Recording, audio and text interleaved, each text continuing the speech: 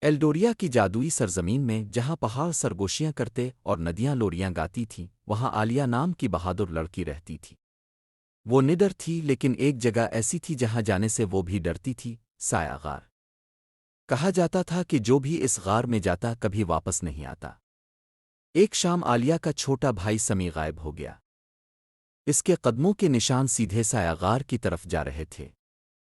گاؤں والے خوفزدہ تھے، کوئی بھی جو وہاں گیا واپس نہیں آیا، مگر عالیہ اپنے بھائی کو کیسے چھوڑ سکتی تھی؟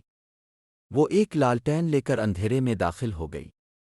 غار ٹھنڈی تھی اور دیواروں سے سرگوشیوں کی آوازیں آ رہی تھیں۔ جیسے ہی وہ آگے بڑھی اچانک پیچھے قدموں کی آہٹ سنائی دی۔ کون ہے؟ اس نے پکارا لیکن کوئی جواب نہ آیا۔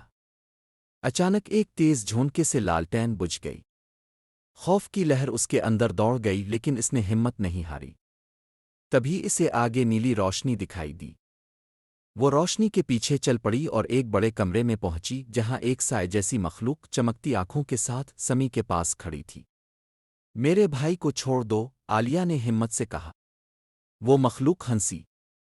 صدیوں بعد کسی نے یہاں آ کر خوف محسوس نہیں کیا۔ عالیہ نے مضبوطی سے کہا، میں تم سے نہیں ڈرتی۔ مخلوق نے سر جھکایا۔ پھر یہ پہلی حل کرو۔ میری جان نہیں مگر میں بڑھ سکتا ہوں۔ مجھے ہوا نہیں چاہیے مگر میں چمک سکتا ہوں۔ میں کیا ہوں؟ عالیہ نے گہرا سوچا پھر مسکرا دی۔ سایہ۔ وہ مخلوق زور سے تالیاں بجانے لگی۔ بہت چالاک لڑکی۔ اپنے بھائی کو لے جاؤ مگر یاد رکھو خوف کی طاقت صرف اتنی ہوتی ہے جتنی تم اسے دو۔ جیسے ہی عالیہ نے سمی کا ہاتھ تھاما غار کے سائے ختم ہو گئے اور ایک خفیہ راستہ سامنے آ گیا۔